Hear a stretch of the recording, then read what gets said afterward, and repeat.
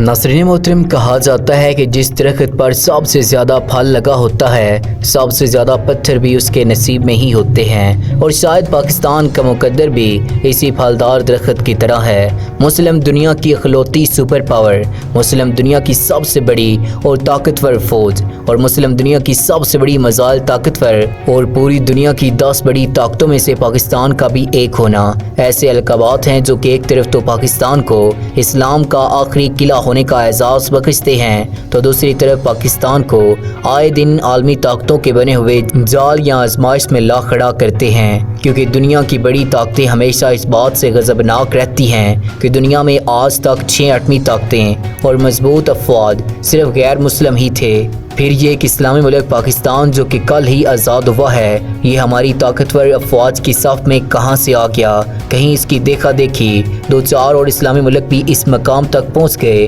तो हमारी मुसलमान दुनिया पर अजारादारी तो ख़त्म हो जाएगी, लेकिन इस्लाम की इस आखिरी दीवार पाकिस्तान को जैसे भी हो गिराना ही होगा। नाज़रीन मोहतरम, इस मकसद के लिए आलमी ताकतें पाकिस्तान को आए दिन नत नई आजमाइशों में डालकर इसके लिए मुसीबतों का एक ना ख़त्म होने वाला सिलसिला जारी रखे हुए हैं। पाकिस्तान को मफलूज करके तस्कीर करने की ऐसी ही एक साजिश के बारे में आज मैं आपको बताने जा रहा हूँ, जिससे अल्लाह ताला ने पाक फ़ौज को बागियों के शर से महफूज रखा और पाक फ़ौज ने एटमी धमाकों के कुछ अरसे के बाद 3 दिन में 3 मिसाइल टेस्ट करके पूरी दुनिया पर लर्ज़ा तारी कर दिया और पूरी दुनिया को ये पैगाम दिया कि पाकिस्तान ग़ज़वा हिंद के लिए बना है और ये अल्लाह के राज़ों में से एक राज है जिसे तुम कभी भी तस्कीर ना कर पाओगे। नाज़रीन मोहतरम, ये कुछ यूँ है कि 80 की दहाई में अमेरिका समेत कुछ बड़ी ताकतों को ये भनक लग गई कि पाकिस्तान एटमी हथियार बनाने जा रहा है, लेकिन चूँकि मगरबी दुनिया बलखसूस अमेरिका को अभी अफ़गानिस्तान में रूस के ख़िलाफ़ पाकिस्तान की ज़रूरत थी, इसलिए अमेरिका ने फौरी तौर पर कोई एक्शन ना लिया।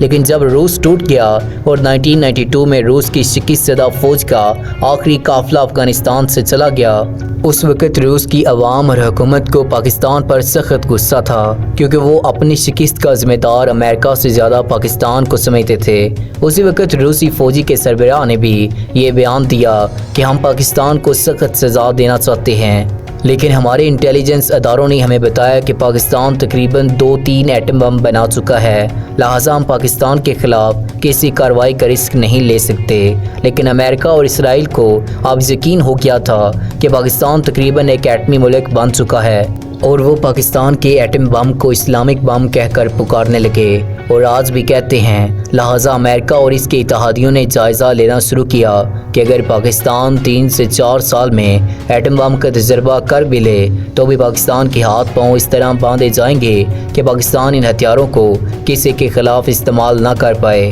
और इस्तेमाल करने से पहले ही ये हथियार अक़वाम मुत्तहिदा की तहवील में चले जाएं। इस मकसद के लिए पहले अमेरिका ने जो काम किया वो प्रेसलर तरमीम के तहत पाकिस्तान के F-16 हथियारों को रोक दिया।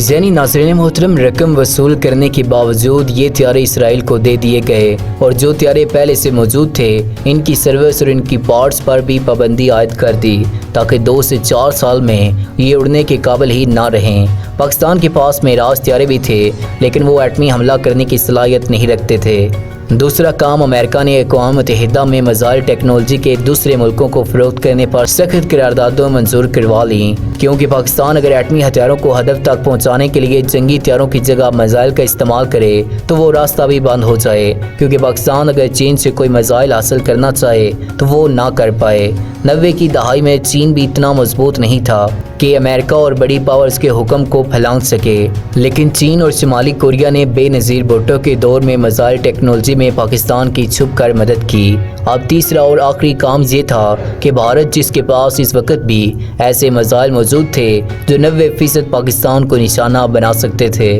और वो एक एटमी ताकत भी बन चुका था, इसको पाकिस्तान के साथ एक महदूद जंग पर उकसाया जाए ताकि अक़वाम मुत्तहिदा की अमन अफवाज को पाकिस्तान में दाखिले और एटमी हथियारों को اپنی تحویل میں لینے کا جواز پیدا ہو سکے۔ 1998 میں ایٹمی دھماکے کرنے کے بعد جب پاکستان پر پابندیوں کی بارش ہو جاتی ہے، تب سعودی عرب، ایران، ترکی اور دیگر اسلامی ملکوں نے پاکستان کی ان پابندیوں میں بھرپور مدد کی، لیکن کمزور ایئر فورس اور میزائل طاقت کے حوالے سے بھی پاکستان کے لیے بہت فکر مند تھے، اور اب یہ کھیل آخری مرحلے میں داخل ہوتا ہے۔ 2001 میں بھارت پر حملہ کروایا جاتا ہے، جس کا ذمہ دار پاکستان کو بنا کر بھارتی وزیر اعظم 7 لاکھ سے زائد مثالوں سے لیس فوج کو پاکستان کی سرحد پر کھڑا کر دیتا ہے، اور امریکہ سمیت عالمی طاقتوں کو یہ وہم ہوتا ہے کہ پاکستان کی فوج چاہے جتنی مرضی بہادر ہو، وہ بھارت سے تعداد میں ایک تو آدھی ہے اور ان کی ایئر فورس میں بھی اس وقت کمزور پوزیشن میں ہے، لہٰذا اگر بھارت سرحد پر پاک فوج سے شکست بھی کھا گیا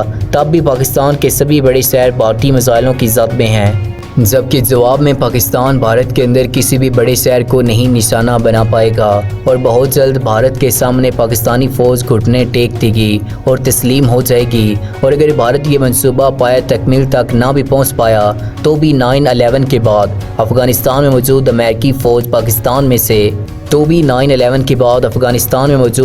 فوج پاکستان میں آسانی سے داخل ہو جائے گی اور اسے ناپاک مشن کو پورا کرے گی، لیکن جیسا کہ مشہور ہے کہ قسمت میں ہمیشہ بہادروں کا ساتھ دیتی ہے نہ کہ بزدلوں کا۔ امریکہ اور عالمی طاقتیں شاید نہیں جانتی تھی کہ پاکستان کی انٹیلیجنس ایجنسی ISI کس بلا کا نام ہے۔ ISI نے پاک فوج کو 1993 سے ہی اس ناپاک منصوبے کے بارے میں خبردار کر دیا تھا، لہٰذا وقت آ پہنچا تھا کہ پاکستان خود کو مرد میدان ثابت کرے۔ پاکستان 26 مئی 2002 کو 1500 کلومیٹر تک مار کرنے والا میزائل گوری 1 کا کامیاب تجربہ کیا، جس کو جیلم سے فائر کر کے بلوچستان میں کامیابی سے ہدف پر ڈالا گیا۔ ناظرین محترم، یہ ایک ایٹمی میزائل تھا۔ 27 مئی 2002 غزنوی میزائل کو کراچی کے علاقے سان میانی سے فائر کیا گیا، جس نے 300 کلومیٹر کے فاصلے پر بلوچستان میں ٹارگٹ کو تباہ کر دیا۔ ناظرین محترم، 28 مئی 2002 کو تیسرا میزائل ابدالی فائر کیا گیا،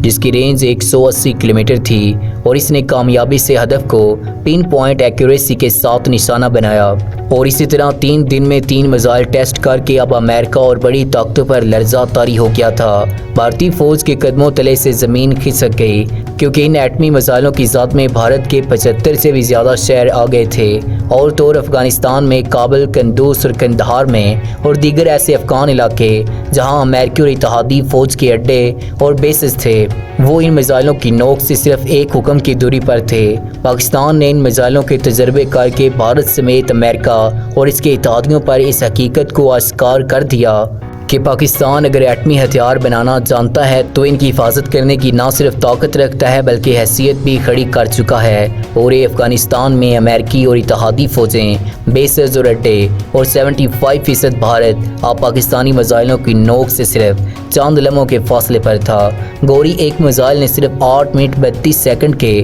مختصر عرصے میں اپنے ہدف کو فنا کیا تھا، اس لیے افغانستان میں موجود تقریباً سبھی امریکی اڈے اور بھارت کے تقریباً 52 بڑے شہر پاکستانی سرحد سے اوسطاً 300 سے 1100 کلومیٹر کے فاصلے پر تھے، لہٰذا امریکہ اور بھارت یہ جان چکے تھے کہ پاکستان تقریباً 4 سے 6 منٹ میں ایک بھیانک جوابی کارروائی کرنے کی طاقت کھڑی کر چکا ہے، اور بھارت کے پاس تو کوئی اینٹی میزائل سسٹم بھی نہیں تھا، لہٰذا اس وقت کے امریکی دفاع ڈونلڈ رمسفیلڈ نے ہنگامی طور پر پاکستان کا دورہ کیا اور اس وقت کے پاکستانی سربراہ جنرل پرویز مشرف سے ملاقات کی، اور اس کے فوراً بعد بھارت کا دورہ کیا، جس کے بعد بھارت نے فی الفور اپنی فوج کو زمانہ امن کی پوزیشن پر واپس بلا لیا، اور اسی طرح اللہ تعالیٰ نے محمد رسول اللہ صلی اللہ علیہ وآلہ وسلم کے عاشقوں کو سرخرو ہونے کا موقع دیا، اور پاکستان نے دنیا کو ایک بار پھر ثبوت دیا اور یقین دلایا کہ رسول پاک صلی اللہ علیہ وآلہ وسلم کے فرمان اور پیشگوئی کے مطابق غزوہ ہند کو اپنے انجام تک پہنچانے والی